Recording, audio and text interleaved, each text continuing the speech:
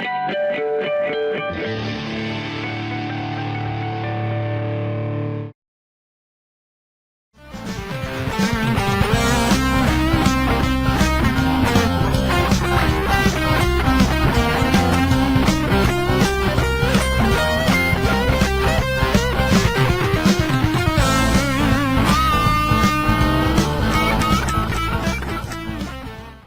everybody, how's it going? This is Neil from scaletrainer.com, and in this video we're going to take a look at the top scale trainer. This jam's perfect for letting me show you around and explain a bit about scale training. So grab your guitar, let's jump in. So let's check out the riff for the top jam, which is a backing track in the style of ZZ Top's Grange, if you ever heard that tune. So it goes like this. You start with an A power chord, and you really kind of, you do one down strum and the rest are up strums. Then you do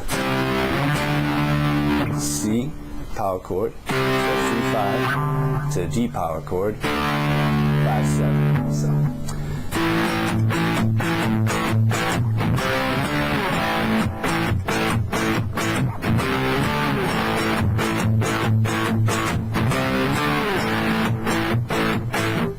It's a drum fill, and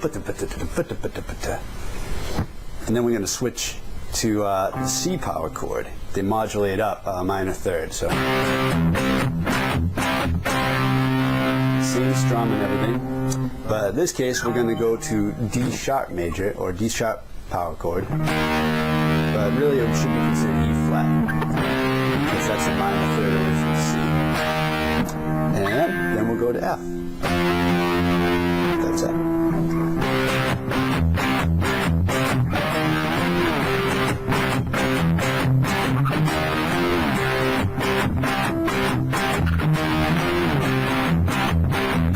All right. The sound behind those riffs lends itself to using a minor scale over it. In this case, we're going to use minor pentatonic, because you have that 0, the A note going to the C. That fits right in with your minor pentatonic. And if you don't know what that is, I bet you know this scale already. It starts from the 5, 5th fret on the top, and then you have the 8th fret on the E string. That's your C. Go down to the 5 on the A string, your second string, then the 7th fret on the second string, the A string, 5th fret on the D string, 7th fret on the D string. So we have so far.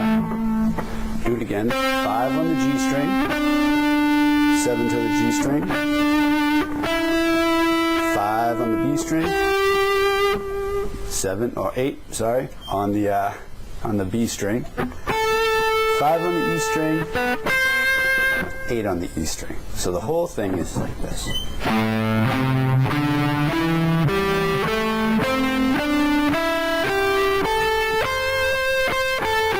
What goes down must come up, right? So that's the minor pentatonic, and we're going to use that on the 5th fret whenever they go to the A minor type riff, because that is in A, and this 5th fret is actually A. And that puts this minor scale right where we want it, in the A string. So then when they switch to C minor riff, we're going to move it up to the 8th fret.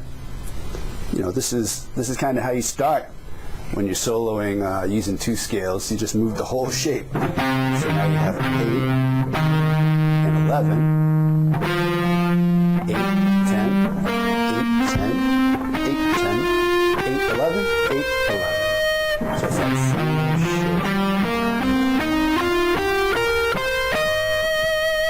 shape. So cool. Now when we're soloing along with the recording, we'll just switch. So you do some licks here, and the way the track is set up, you hear, then you switch to the 8th fret, and you're going to hear that it just fits in. They fit like this, like a glove. So All right, let's take a listen to the track.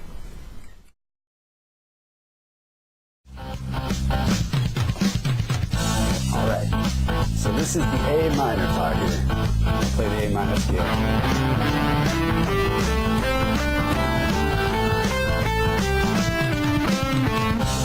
Yeah, here we are at the C.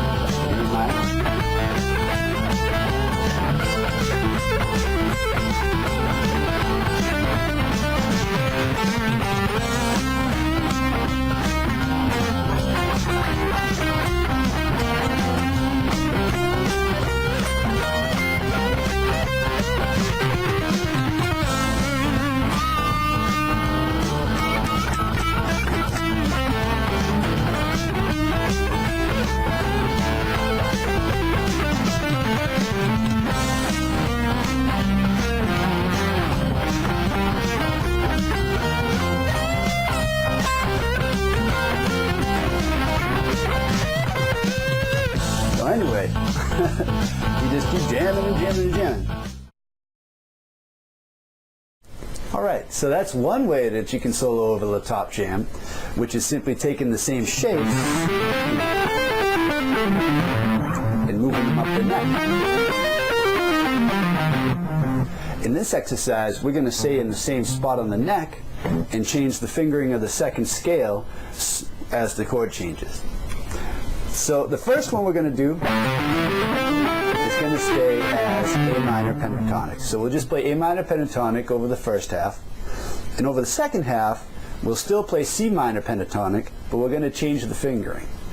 Now it's going to start on the flat 7 of the scale, which is on the 6th fret, rather than the root note, which is on the 8th fret. So this fingering we end up with is 6 and 8 on the E string, 6 and 8 on the A string, 6 and 8 on the, 5 and 8 on the D string, 5 and 8 on the G string, 6 and 8 on the B string, and 6 and 8 on the E string. All right, this is what we end up with.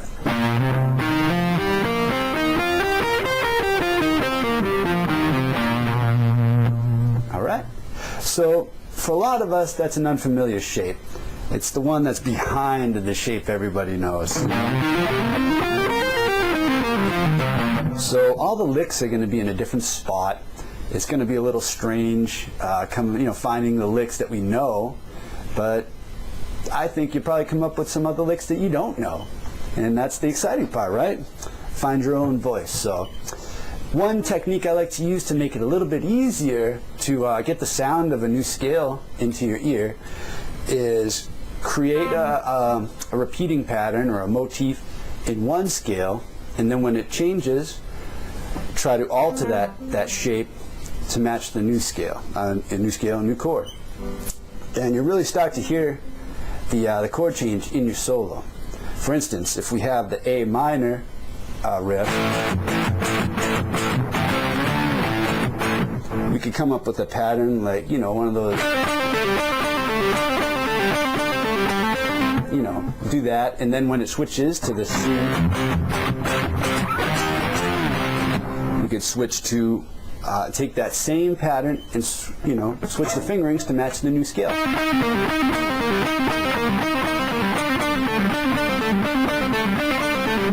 So you'll see when we start jamming, when I do that, it's really gonna sync up, like the two pieces are gonna lock together. So let's check that out right now.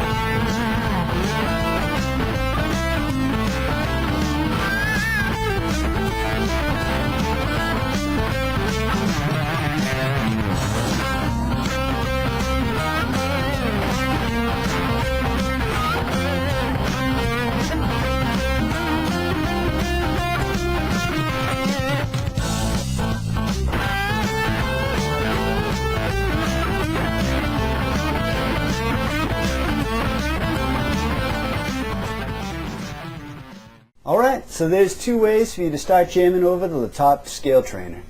Have fun, and if you have any questions, I want to know about it. Thanks for watching. This is Neil from ScaleTrainer.com, making guitar simple.